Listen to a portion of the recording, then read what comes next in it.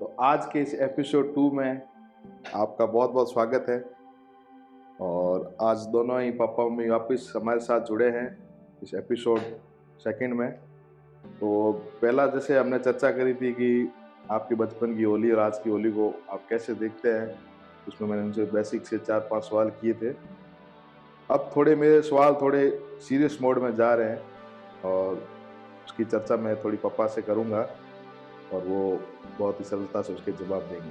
तो आपका बहुत बहुत स्वागत है सेकंड एपिसोड में। धन्यवाद, बहुत बहुत आप सभी का स्वागत है। तो मेरा पहला सवाल है कि होली में रंगों का असली अर्थ क्या है? देखो, जीवन है, इसमें रंगों का बहुत बड़ा महत्व रहता है और होली के साथ में जब बसंत खिलता है तो उसमें तो रंगों का और उमंगों का बहुत ज़्यादा प्रभाव पड़ता है। जिस व्यक्ति का जीवन में जैसे कपड़े पहनता है वैसा उसका जीवन बन जाता है। और होली का त्यौहार जैसे अपन मनाते हैं तो ये उमंगों का त्यौहार है। तो यहाँ फूल नहीं है, रंग है। तो आप जीवन में जितने रंग लाते हैं उसका वैसा आपका ढंग बन जाता है। इसलिए होली का त्यौहार अपने आप में रंगों और उमंगों का त्यौहार माना जाता है। इसलिए रंगों का जीवन में बहुत बड़ा महत्व रहता है और वैसा उसका प्रभाव पड़ता है। इसलिए रंगों के साथ में अपन को रहना चाहिए और उसको आनंद लेना चाहिए। क्या होली सिर्फ रंगों का त्योहार है या मन के मैल को धोने का प्रतीक है? देखो, होली तो शुरुआत हुई थी, जो लोक कथा इसके पीछे सुनाई जाती है, उस कथा में तो नीतिगत बात थी। उसके बाद में लोग परिवेश बदला, स्थितियां बदली, तो उसके बाद में वो रंगों के त्योहार के साथ में रह गया। उस समय तो सच्चाई और अच्छाई की जीत का धर्म और नीति के साथ में उसको जोड़ा गया था शुरुआती दौर में। तो शुरुआत में तो अच्छाई की बात इसमें रखी जाती थी, बुराई इसमें जल जाए। होली एक बुराई का प्रतीक था। होली अपने आप में बुराई के रूप में जल जाती थी और अच्छाई इसमें जीत जाती थी और ध्रुव के रूप में जीती गई थी। इस प्रकार का भाव था। तो आज के दिन होलिका दहन का जो असली संदेश है वो क्या है होलिका दहन का?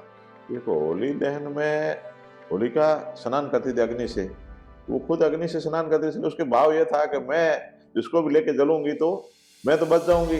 तो खुद की बुराई जब अपने अंदर डेवलप हो जाती है और दूसरों की बुराई अपन जब नहीं देखते हैं, तो जब खुद की बुराई अपन देखेंगे नहीं और दूसरे की बुराई अपन देखेंगे, तो होली ये संदेश देती है कि अपनी खुद की जो बुराइयां हैं उसको जलाइए।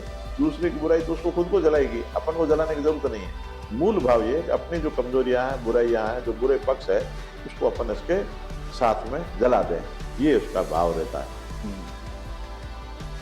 बुराई पर अच्छाई की जीत को आज के समय में कैसे समझे?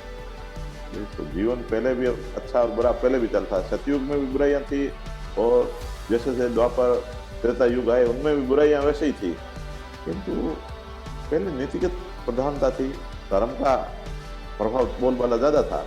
स्थितियां जैसे बदल गई, अब अपन जिस भौतिकवाद या कलयुग में या आधुनिक युग में जी रहे हैं, इसमें तो बिल्कुल ही लोगों का चिंतन मनन खत्म हो गया है। दायरा है सोच का, वो अर्थ बेस पे आ गए। जो त्योहार है, नीतियां हैं, रीतियां, वो अपन को कभी कभी तो उसका अर्थ गुण नहीं जानते हैं तो बोझ लगती है, या उसका कारण नहीं जानते, उसकी अपन व्याख्या ही दूसरे रूप से करते हैं। तो बेसिकली ये त्योहार इसलिए बनाए जाते थे ताकि लोग इसके बहाने वापस अपने परिवेश के साथ में जुड़ जाए, अपने जो मूल संस्कृति है, अपने परिवार के साथ में, गांव की जो रीतियां थी उसके साथ में बैठ करके जो भी अपने मनमुटाव होते थे उस बहाने से उसको दूर किया जाता था। भाई चलो होली के बहाने मिलेंगे तो क्षमा यातना भी मांग लेंगे, एक दूसरे के रंग भी लगाएंगे, तो बुराइयों को अपन खत्म कर लेंगे। किंतु आज जो दौर शुरू हो गया उसमें तो अपनी गलती तो स्वीकार करता ही नहीं है, दूसरों के ऊपर दोषारोपण ही करते हैं। तो होली का मतलब बुराइयों को अपन मिल करके जलाना चाहिए, तो ये भाव है। तो अपने भी जीवन को बदलना चाहिए, पुरानी जो अच्छाइयां हैं उनको अपने जीवन में अपनाना चाहिए। तो आपको क्या लगता है कि आज के जब हम त्योहार का जो आध्यात्मिक अर्थ है उसको हम भूलते जा रहे हैं? देखो, जीवन में आध्यात्मिक पक्ष तो बहुत कम लोग ही जानते हैं।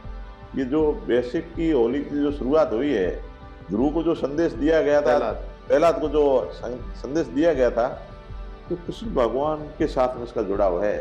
कृष्ण भगवान की जो रास लीलाएं होती है, जो वहाँ कृष्ण के साथ में लोग, वहाँ के लोग जीवन में जो रस घोल करके जो भजनों के माध्यम से होली के गीत गाए जाते हैं, तो वो आध्यात्मिक होली तो वो थी। जैसी स्थितियां बदली उसके बाद में लोगों ने उसको पक्ष को छोड़ करके भौतिकवाद के गीत इसके साथ में जोड़ दिए। राष्ट्रीय आंदोलन चल रहा था, तो राष्ट्रीय आंदोलन लोगों ने अंग्रेजों के खिलाफ में फागोत्सव में गीत गा करके लोगों को जोड़ा। अहुआ के जो ठाकुर हुए थे, अच्छा। अंग्रेज आयो रे, राती टोपी रो, काली टोपी रो, तो अंग्रेजों के खिलाफ लोक जीवन में होली को साथ में जोड़ करके लोगों ने उसको राष्ट्रीय आंदोलन के साथ जोड़ा।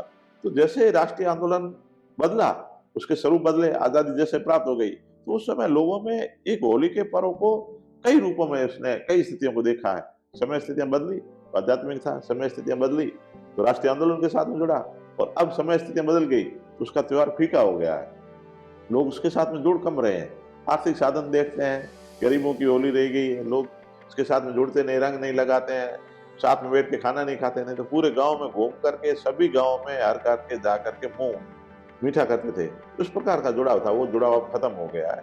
स्थितियां आध्यात्मिकता से शुरू हुई थी और वर्तमान समय में उसका परिवेश बदल गया, इसलिए उसको लोग कम समझ पा रहे हैं। मूलतः तो आध्यात्मिक होली ही थी, जिसके कारण से अपन को उसके मूल कारणों को तोड़ना चाहिए, ढूंढना चाहिए और समझ के उसको कायम रखना चाहिए। तभी होली के प्रसंग को अपनी अच्छी तरह से समझेंगे और लोगों को भी समझाएंगे तो लोग उसके साथ में वापस जुड़ सकते हैं। नहीं तो स्थितियां काफी विकट होती जा रही है, जिस पर चिंतन करने की जरूरत है।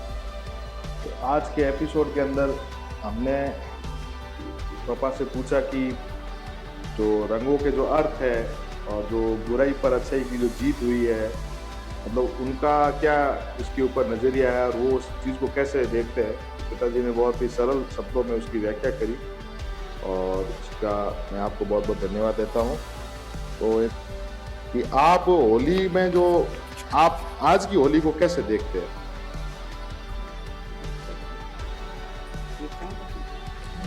नहीं, आपके हाथ में चौकड़ा। आज की होली तो क्या देखते हैं, होली है मेरे को तो पता ही नहीं चलता। 365 दिन होली होती है, मतलब वही उठना, नहाना धोना, साफ सफाई, पूजा पाठ ये करते हैं, अच्छे कपड़े पहनते हैं। मतलब आप आपको होली के रंग फीके लगते हैं? फीके लगते हैं, बिल्कुल पता ही नहीं चलता है कि होली आई है कि दीपावली आई है, पता ही तो नहीं इसका चलता। क्या कारण, आप क्या सोचते हैं, ऐसा क्यों हुआ?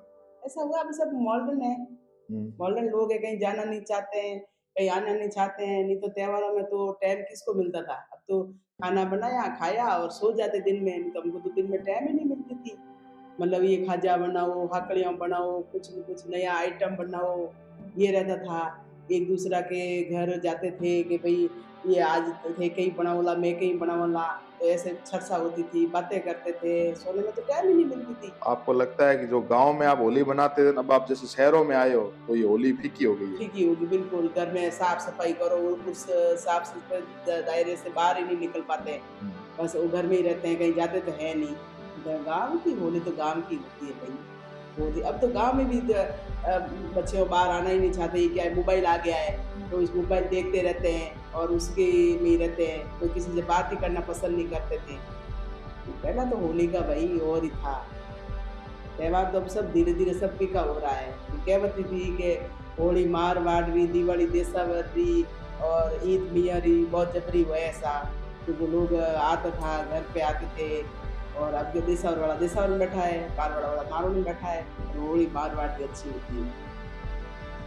चलो, माता जी ने भी अपने कुछ विचार व्यक्त किए कि भाई पुरानी होली और आज की होली में जो मनाने का जो तरीका था, पहले हर्ष उल्लास के साथ मनाई जाती थी और आज की जो होली है उनके अनुसार मतलब लोगों का आना जाना कम हो गया है, मतलब रंग थोड़े फीके हो गए हैं।